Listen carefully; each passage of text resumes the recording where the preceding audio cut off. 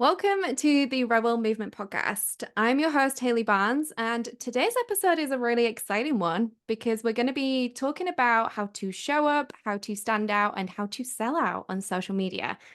And to do that, it's not just me today. I am joined by the incredible Instagram strategist and marketing mentor, Eva Ash.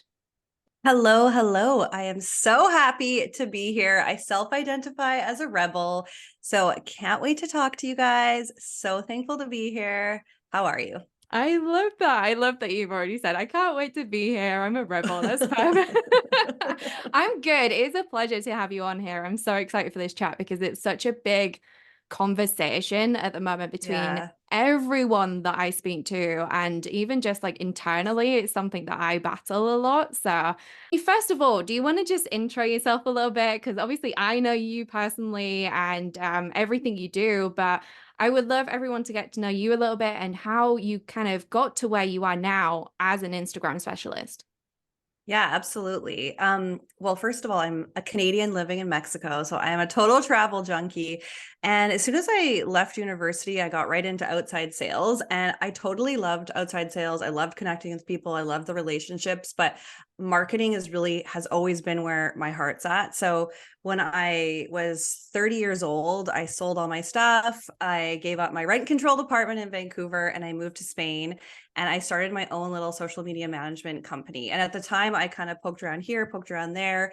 I was all over the place: Pinterest, Facebook, Instagram. And I really found my sweet spot and my zone of genius helping coaches and service providers on Instagram. So that's kind of my little biz journey story. Yeah. And you can really see that through your content as well, that how much you have fallen into just like Instagram and how much you know about Instagram. And I mean, really, like that kind of goes to what I want to ask you first is, like Yeah. there is so much noise around social media about when to show up versus the algorithm and where to show up and how to show up. So I'd really love to know your beliefs around this and how you personally lead people through making their decisions as well. Yeah, so I am definitely like a big Instagram fan, as you know. That's the place where I hang out. But I think deciding where you want to show up and how you want to show up is super important. So what I mean by that is there's a lot of noise, like you're saying, and a lot of people are telling you you have to do it this way, you have to do it that way. A lot of contradicting advice that can get really, really confusing. So for example, something I see a lot is you need to post reels. They can't be longer than 7 seconds. You have to use a trending audio. And you're so bogged down by all these tactics that you're not even sure what step to take next. And so, for example, if you know your people are on Instagram and you love being on Instagram, great. So you've made that decision. And then when it comes to deciding on other factors, like how you're going to show up, like lean into what you love and what you're good at. So if you're really good at writing, do carousels. If reels feel easy for you and that's in flow, like focus on reels. Like there's not one way to do things. Yeah. And really the most important part is going to be more your messaging than it is the tactic, like no matter what platform you're on. So just choose a medium that's going to work for you and that you're going to be able to stick to. And that's kind of the recipe I have for being able to create like a sustainable strategy for just showing up regularly. Yeah, and that's what I find so refreshing about you as a person and your content is it brings out that authenticity around who you are and what you enjoy. And, it's not about gaining tons of followers on Instagram to be successful. It's not about going viral with reels. It's really about creating that connection piece. And I love that about your content. I think it's so, Oh, so thank special. you. You're so Thank you welcome. so much. That feedback is so kind. Yeah, I think that's the thing too, is it's like it is so easy to get caught up on that viral piece, but so often when that does happen, it really doesn't result too much when it comes to your business. So you don't have to worry about reaching a lot of people, especially if you're selling high ticket coaching, or you're selling, even if you're selling memberships, it's really about reaching the right people. So it's Mm. more so about coming back to that messaging piece. So don't worry if your reels are only getting a few hundred views right now. Like that doesn't mean you're not going to have a really successful business, or you're not going to be able to continue to grow a really successful business. Oh, 100%. And I think that's what we all face as users of any social media platform is we see people that do similar things to what we do, right? Or in our niche, or do, like coach in a way that we coach, or for the same topic. And we compare ourselves so, so much to them. And maybe we even have these internal dialogues of, oh, we missed the spot of getting reels when reels first came out, or even when TikTok Yeah. was booming, like we've missed that spot. So, like they've already taken that place. Like, how do we stand out if we Mhm. feel like our niche is already saturated? Yeah, so I think when it comes to that question, it's really tapping in to your differentiating factor and what makes you unique. And it's really a piece of this is that self-mastery. And one thing that I like to challenge you to think about for people listening is to think about your brand as its own living, breathing entity, and Mm, it flows through you. So it is you, but it's not you. Especially if you're listening to yeah. your personal brand, so it's really understanding what is your brand? What does it stand for? What are you passionate about? Really leaning into that quirkiness and kind of spending the time getting to know those things. And also something that you can do that's a little bit more actionable is taking some time and really looking at the people in your niche, at your quote unquote your community or your competition, and kind of seeing what are they doing and what do you bring to the table that's slightly different. What are you bringing to the table that makes you unique? And really leaning into that. And if you're I Mhm. have no idea, ask your clients, ask your best friends. These are the people that know you. And sometimes it takes someone else, or if you're working with a coach, to reflect that back to you, because I can guarantee that every single person listening has unique selling points and has really unique ways that they approach things, and being able to communicate that and lean into that can really help. But it's also just really being unapologetically you, saying the things you really want to say, being weird and quirky, talking about the things you really care about, not wearing some kind of social media or professional, I'm doing air Mhm. quotes, mask, because you don't need to do that. Professional can mean whatever you want it to mean. Yeah, and that really ties back to what you were saying about messaging, and messaging being so important because, like a lot of that uniqueness will come from our journeys and our stories. And Totally. I do see and understand a lot of people that are scared to, like you say, lean into that because it's just a case of if they lean into it too much, do they isolate too many people, or, Mm, will they actually attract their tribe? And really, it's only till you try it. And for me personally, when I'm a traveler, as you know, like I love, doing the digital yeah. nomad lifestyle. And when I lent more into that's when I attracted more people, as opposed to, Mm, just kind of ignoring that side of my life and being like, I'm a serious business person and this is yeah. a consultant that, like I can help you do this. And I was like, no, I'm going to show people, what I'm up to in Tulum, or what I'm up to in the Yeah. rainy UK. So Yeah, exactly. I think it's, the relationships that we have now online, they are so different than traditional marketing and advertising allowed people to have. So now you can go a lot deeper. And mm, when you work with people, it feels like a lot of times you already know them. And it's such a nice feeling. You already have this connection. You already know you have the same values. You already know you're passionate about the same things. There's things that you have in common. There's things that are different, but that inspire you about one another. It's a really cool way to make a connection first and then, have a working relationship second, which is yeah. amazing. I love I it. love that. That's so powerful. I love that. And that's really like leading on to the third piece of this Mm, episode is, like the sales side of things. And I know, like within what you do, you provide such an amazing results driven experience for all your clients.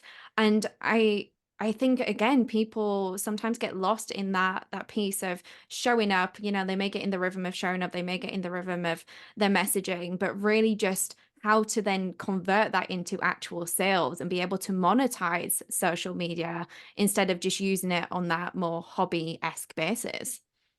yeah. So I think this sounds so basic, but a common mistake that I see all the time is people sharing a lot of information, but throughout their content and throughout the stories they're telling, they're not really talking about what they're doing. Yeah. So they're not really showing how they take their clients from, where they are now, the things that they're struggling with, or just their current circumstances to where they really want to be. So in marketing speak, we would call that their desired outcome. But like, what is the future that you are granting people? Like, what are you helping them do through working with you? And this is kind of what all of your content kind of wants to be leading towards, is kind of taking people on that journey. So a way to kind of think of it is you want to think of content that attracts people into your world. It nurtures them or makes them, hang out, they feel seen, they feel heard, they want to hear more from you. And then content that actually leads to that conversion, that leads to that sale. So this part of it is really, honestly, it's kind of old school marketing, but the principles they still work really, right? 100%, So yeah. right? So it's like, I know it can be so easy on platforms like Instagram to get really sucked into like the trends and like we were talking about before, making sure your reel is the right length and all these things are great. But the more important thing is making sure that you're really talking about what you do and you're really putting things as much as possible, like in the point of view of the people that you want to work with. So putting them at the center of your content, speaking to them, like thinking about their point of view and putting, thinking about why would they care about this is a really great question to ask yourself. Like, would my people care about this? Or would it inspire them? Would it motivate them? Like those kinds of questions, like trying to think about offering them something. Yeah, and I think when, like, reflecting on my personal experience of using social media, and I can put my hand up and say I'm probably not the best person on social media in terms of conveying what I actually do, and a lot of my clients come Yeah. to me and they say, "Like, I didn't even know you did this," and I'm like, "Oh, okay. Yeah, no, I should probably talk about that more," right? But I feel like Yes. in the past, maybe it's because it's that fixation around engagement on via comments Mm, or via likes, and again that like viral status, which is, it's really hard to move past sometimes, right? I think if you put yourself out there and you say, look, I do this and I do it in this way, and nobody, like comments on it, or you get minimal likes, it can feel like that mindset shift of, oh, maybe no one wants to hear this, or maybe I shouldn't speak about it. So mm. do you have any like mindset tips Yes. of people going into creating that content then? Yes, absolutely. I would say, like, first of all, that kind of content is not generally going to get a lot of engagement. Like, it's not, but it serves such a powerful purpose. So I think it's really about thinking about that person that needs your help. Like, whenever you're putting that kind of content forward, thinking about that person and thinking about, would this serve them if they ended up working with me? Like, what would happen in their lives if they said yes to whatever it is that you're selling, your product, your service, your coaching? And if you're in integrity and you're helping your clients, then by you talking about what you do, it's in service to them, right? So Yeah. even though sometimes you're not getting as many likes, a lot of people these days, especially because user behavior has shifted over the years, they don't really engage like commonly with people that they're going to buy from. They will just lurk. Everybody, Yeah. there's different buyer types, but there's a big portion of people that just lurk. So they might not comment, they might not like, they might not write a comment, but they might book a sales call. So I think Mm, that's the thing to remind yourself of is it's really the engagement is not what pays your bills. And it's not really what makes the connection either, because you can be having conversations with people in the DMs. You can be having conversations with people in comments, which of course does create that connection. But just shifting what you're focusing on can be a huge relief. Like you don't yeah. need to focus so much on likes, shift and start looking at different things. And just that resonance, like is it resonating with people? Like are they reaching out to you? And if that's happening, the likes really don't matter, right? Yeah, Yeah. 100%. Like that is such golden information. It's so, so helpful because like even as you were speaking, I'm there thinking back to, like a year or so ago where I'd maybe look at investing in a coach, and I wouldn't be there engaging on her posts or, even replying to her stories. It No. would be conversations in the DMs. And yeah, I think Yeah. really that is such an important um insight to have, is that user behavior has changed massively. And, like these DM conversations are the ones that do, get you the sales as opposed to seeing the likes or the comments on your post. So Yeah. that was beautiful. It was like I say, it was all such golden information. So if I was listening to this episode as a listener, I would probably have pages and pages of notes to take away. So thank you so, so much for joining me. I think everyone will probably want to know how to connect with you. So if you could let us know how to connect with you, that'd be great. Yes, absolutely. You can find me on Instagram where I'm most often hanging out at Eva Ash Coaching. Thank you so much for Perfect. having me. Thank you. Thank you. And yes, all the information about Eva is linked in the show notes alongside an insanely valuable free training she has on how to create content that actually converts. So please check that out if you're serious about monetizing your social media or any of this is related to you whatsoever. Eva is also an amazing member of the Rebel Movement membership, so you can also connect with her in there if you want to join a community that embodies intuitive entrepreneurship, human design, nervous system regulation, feminine energetics, strategy, passive income, and much, much more. Again, all the info for you is in the show notes. Thank you so, so much, Eva. Thank you for having me.